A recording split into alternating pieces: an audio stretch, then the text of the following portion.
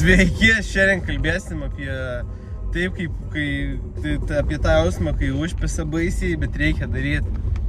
Tai va, motivacija. Motivacija comes and goes. Vieną dieną esi motyvuotas kažką daryti, kurti video, kitą dieną esi vapšė nemotyvuotas. Vieną dieną motyvuotas vystyti savo kažkokį ten bizniuką, mini, dar kažką side hustle, kitą dieną ne. Bet esmė yra, kad reikia nesustoti tiesiog ir daryti. Bliavo, žmonės greit pasiduoda, žmonės, aš kažkur skaičiau, kad labai seniai, kad net kuriant ten bizniuką, versliuką, nežinau, kaip mato dabar Instagrame, ten pardavinėjo visokius šūdus ir jūsų sunkiai uždirbtus pinigus pasiema, sukurdami kažkokį žvakytę, kurią tipo išlieja patys, kur savikaina 8 centų. Ir kartu ten kažkokie moterėliai Insta'ai pareklamuoja ir visi jūs perkat, nes aš nežinau, kodėl jūs perkat, tas nesąmonės debilai gal esat.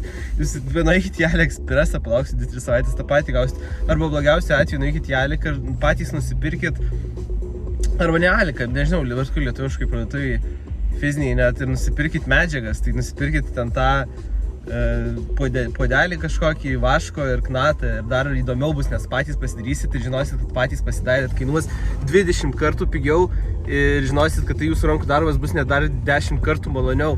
Tai žmonės biškai, aš suprantu, kad jūs turit pavaidinti kažkur, po to nuėję į savo ofisus, kad nusipirkau už 80 eurų žvakę. Žmonės, kurie, ten yra žmonių, kurie supranta, kai jūs darot, patikėkit, ir jie galvoja, kad jūs esate absoliutus dalbajobai. Tiesiai, šviesiai. Kiaušai. Prasme, jūs, neturiu žodžių. O kitos materialis, kurias daro tą patį, galvos, oi, tu savo, dabar man reiks dar labiau pafleksninti prieš ją nusipirkti žvakę už 150 eurų. Dabar ten ta žvakė, kur spraksi kažkokiam 5 eurų. Ir kad jinai groja, spraksi, vyrui blowjobą padaro už tave ir dar kažką, aš nežinau, dar turite ir yra, jūs konkuruojat prieš tokius kiaušus, tai jūs nedarykit nesąmonę, jūs galvokit savo galvą. Jūs mąstykit žmonės, suprantat. Kur mes baigiam? Tai motivacija yra, motivacijos nėra. Reikia, aš kažkur skaičiau, aš nežinau, čia Hubermanas, man atrodo, kalbėjo, kad yra kažkas yra smegenų, kažkoks pusrutulis, ne pusrutulis, kažkokia dalis atsakinga už jūsų motivaciją.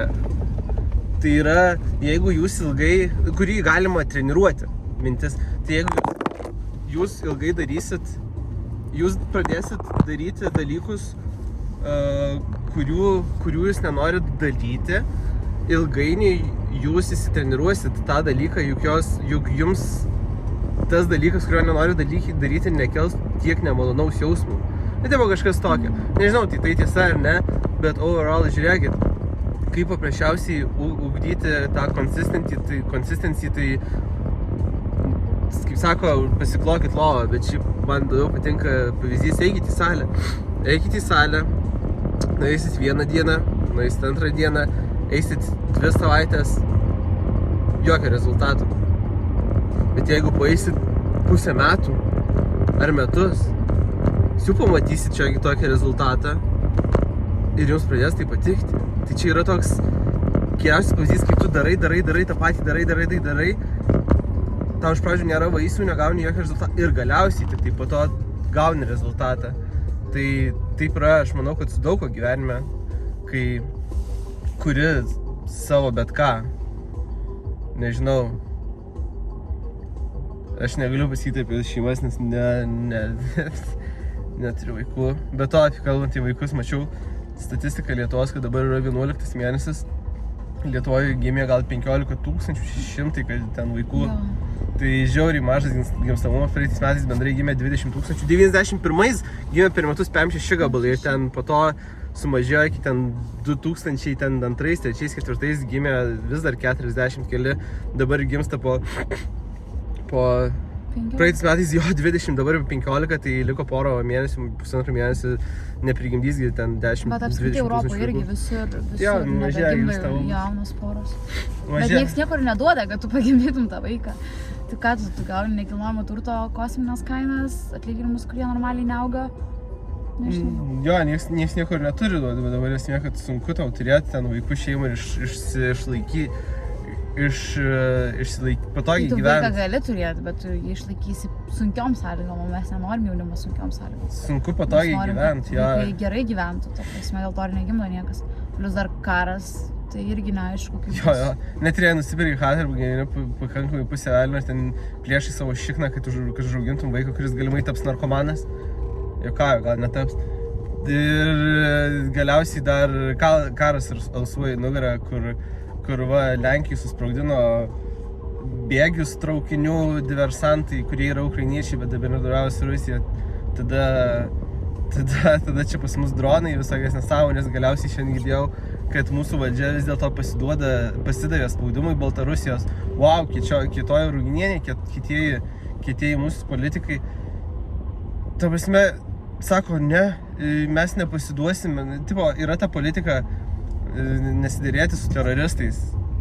Ne, deras. Ir ne tai, kad ne tai, kad derasi, nieko nesusidėrėjo ar pralaimėjo, ar jie sako, čia nėra kažkoks žaidimas ar lošimai, kad yra laimėtojai ir pralaimėtojai. Taip, yra tu pralaimėjai šitą diplomatinį karą ir tu esi nevykėlė ir tavo valdžia yra visiškai atsilupėliai. Tai, žmonės galvokit, aš suprantu, kad nėra daug ką padaryti. Jūs net negalėjot, gal nuo pradžių žinojo politikai, kad jie nieko nepadarys tokio spaudimo, kad atsitrauks, tarkim, Lukašenka. Bet jūs bent jau neprižadėkit žmonėm, kad tipo, never back down, mes čia keičiausiai galiausiai po 3 dienų. Nieko nepavyko. Jūs praranda žmonių pasitikėjimą. Ir kitas dalykas, demoralizuojat labai, nes jūs duokit karo akivaizdai, nėra dar karo akivaizda, bet tokio geopolitinė situacija, jūs galvojat, kad jūs esat nevykėliai, jūs net su tuo nesusitvarkot, ką jūs darysit, kai prie sienos stovės 100 000 karių, 200 000, 300, ką jūs darysit? Kad NATO išgelbės. Jūs sakysit, mes kažką su jūs susidėrėsim, jūs tada pradėsit viešuosius pirkimus pirkti gynybinės sistemas? Yra apgailėtina iš tikrųjų. Aš tikiuosi, kad to nebus, aš tikiuosi, kad vis dar yra racionalių, protingų žmonių valdžioj. Yra, bet ne dabar jie ne valdžioj, kurie priimtų greičiau sprendimus, priimtų geresnius, operatyviau ir iš esmės dirbtų visuomeniai bent jau. Tai dėl to vaikų nieks ir negimdo. Jo, dėl to ir šiaip. Nes mes šiaip esam tokių video prisižiūrėję apie patį karą. Tas 2 filmus, atsimeni, kur žiūrėjom? Tai kosmosas ten.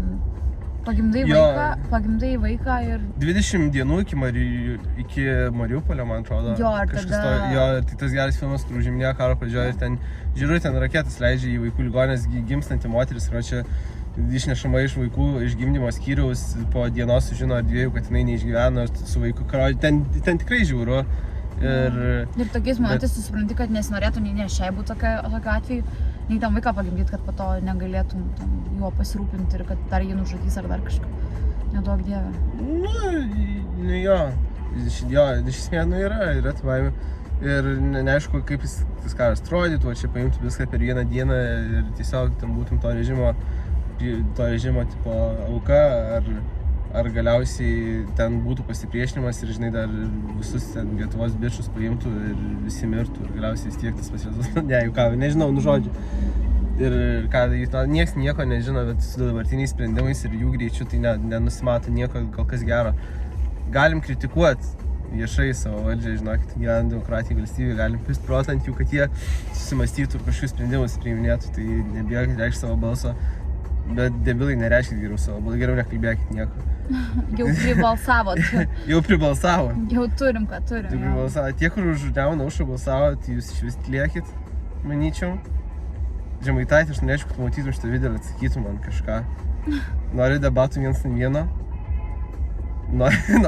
Nori pradėti mano politinę karjerą? Prašau. Aš nekalbėsiu populistinių nesąmonių kaip tu, kad tik įtikčiau žemiausių intelektų rinkėjai. Aš kalbėsiu šiaip, ką galvoju. Ir tikėsiuosi, kad tu pradėsi mikčiot kaip aš dabar. Jau ką. Žodžiu. Tai va, dabar stovim vėl eilinį kartą kamštyje. Kamščiai iš karto daug ilgesnis nei neįprastai. Gal avarija vėl kur nors. Gal avarija, gal nėra Tikriausiai, nes avarijos. nėra ten policijos, ne? Ne, tiesiog kamštis, aš matau labai ilgas dabar. Tai tokie tą žodžių žmonės, nesvarbu, kad ir kas būtų, nepasiduokit. Motyvacija ateis, motyvacija praeis, bet siekit savo tikslų nuosekliai. Kiekvieną dieną, kiekvieną savaitę, žingsnis po žingsnio. Nes likusius savo 40, 50 ar 30 metų praleisit važinėdami, sėdėdami kamščius ir važinėdami į ofisą į savo beprasmiškus darbus, kur uždirbinėsit savo bosam ant naujo Porsche, jau 6. Tai biškį susimastykit, juokauju, nepamokslauju, šiaip tiesiog samprotauju savo galvoje, kad žiauru pagalvojus, yra bosų tironų, yra bosų lyderių, tai tikiuosi, kad jūsų, jeigu jūs dirbat tokius paprastus oficinius darbus, jūsų bent jau bosai, direktoriai, bent jau padorų žmonės, jeigu dirbat ant savęs, šiaip tikiuosi jūs normalias paslaugas teikėt kitiems žmonėms ir neįspisnėjat, nes yra daug žmonių, kurie, aš manau, kurie dirba ant savęs ir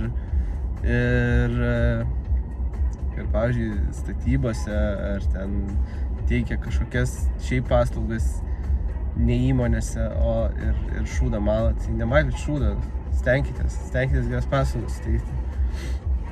Tada mokinkitės naujų įgūdžių. Aš, pavyzdžiui, irgi kiekvieną rudenį stengiuosi kažką naujo išmokti ir padaryti. Eikit į kokius nors kursus, gerinkit savo kompiuterinį raštingumą, tai jums tikrai padės. Žinosit, kaip save reklamuotis internete geriau. Pavyzdžiui, Code Academy siūlo kokius, pavyzdžiui, SEO kursus, kur jūs galit, kur jūs net galit, tiesiog aš bandau patart, kur galit net turėdami darbus, jums darbo užimtumo tarnyba finansuoja visus Jeigu tos kursus. nuoširdžiai jisai kaip baiginėjo tos kursus, tai įjungdavo kompą ir tiesiog kažką kito veikdavo. Ne, viskas gerai, ten Tai jis esmė, taip mokėsi, jeigu ką. ten viskas gerai, ten pirmas 2 valandas tu pakalbi, tau viską parodo ir po to yra laisvas laikas, kur tu turi pasidaryti užduotis. Ir jeigu tu pasidarai greitai užduotis, nu viskas, ką padarysi, jeigu ten viską maks pasidarai. Tai jo, lavinkit smegenis, žodžius spręskit. Tokiu oru, nežinau. Aišku, išmokau žaidimų žaisti. Mokaus tiksliau dar. Va, Pula pradėjo žaisti ten žaidimus, dar kažką kompiuterinius, dabar ypač kitoks oras, tai šiek tiek liūnak. Kaip manot, ar daug iš jūsų dirba remote iš užsienio? Iš mano 3000 žiūrovų, 3000 milijonų žiūrovų, 30 žiūrovų. Papasakokit savo geriausias istorijas apie taip, kaip jūs pametėt savo piniginės ir dokumentus kitose šalyse. Jei nors vieną istoriją išgirsit, papasakosiu savo, jeigu ne, tai vis tiek papasakosiu, nes aš žinau, kad jums įdomu, neįdomu, čia yra YouTube'as ir aš galiu kalbėti, ką noriu ir knistim protą, jeigu klausotės manęs. Va, praeitam epizode, mačiau, tik buvo 5 peržiūros į TikToką, įkeliam ten šiek tiek ištraukų, kalbėjom apie tai, kad Mozartas mėgo juokauti apie šūdus ir jo visa šeima ir jis rašęs pusrį ir ten savo šeimų laiškus, kur rašo, kad tikiuosi saldžiai užmėgsi, prisišiksi ir tas šūdas sprogs. Taip ir parašė. I hope it burst. Galit pasižiūrėti. Ir pažiūrėkit tą epizodą arba pasigūglinkit, arba kad Einšteiną savo pusserę vedė, kas irgi buvo kind of wild. Kitame epizode kalbėsim dar apie istorinių daug įdomybių, kur vienas žmogus pasislėpė, apsirengdavo paprastu piliečių ir padurinėdavo kitus tiesiog savo malonumui. Senovės lyderis, vadovas, įdomių dalykų istorijų. Žodžiu, mes pavažiavom beveik nieko.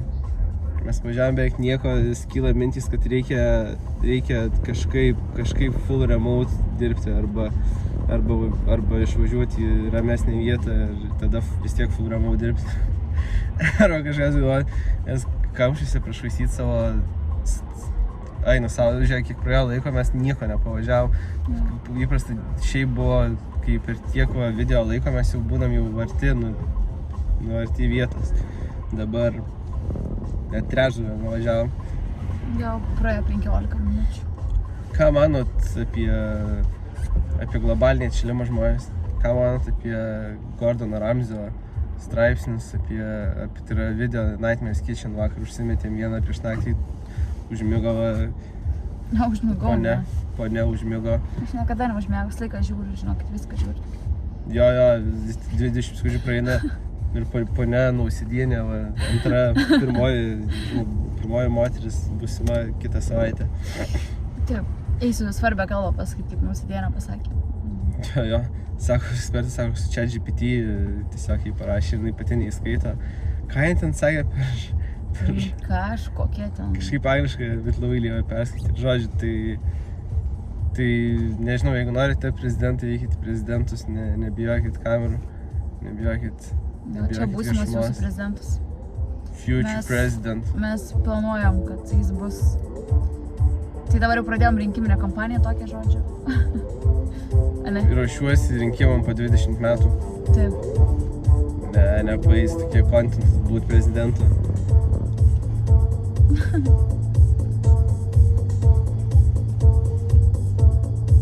Ar esat kad nors prisišykę į kelnes viešoj vietoj? Aš tai ne, bet žinau, kad kažkas yra tikriausiai. Aš mačiau kažkada video, kur moteris ėjo tiesiog, ar vyras, nežinau, jo parduotuvėj, bet čia kažkas senas reelsas, jis tiesiog numetė vieną tokį kliukšt ir nuėjo parduotuvėj. Atrodo kvailas dalykas, bet iš tikrųjų ką daryti, kai nėra tualetų. Kelnes varyt? Šilta. Aš kai įsijungiu iki sėdinių šildymo, aš jaučiuosi kaip prisimyžęs, man yra paranoja prisimyžti, man atrodo. Galimai. Nežinau, tikriausiai.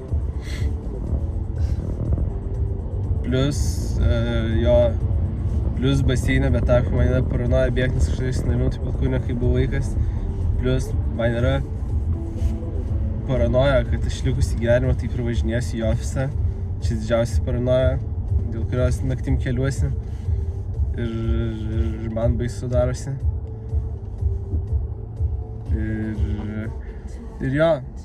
I'm fucking tired.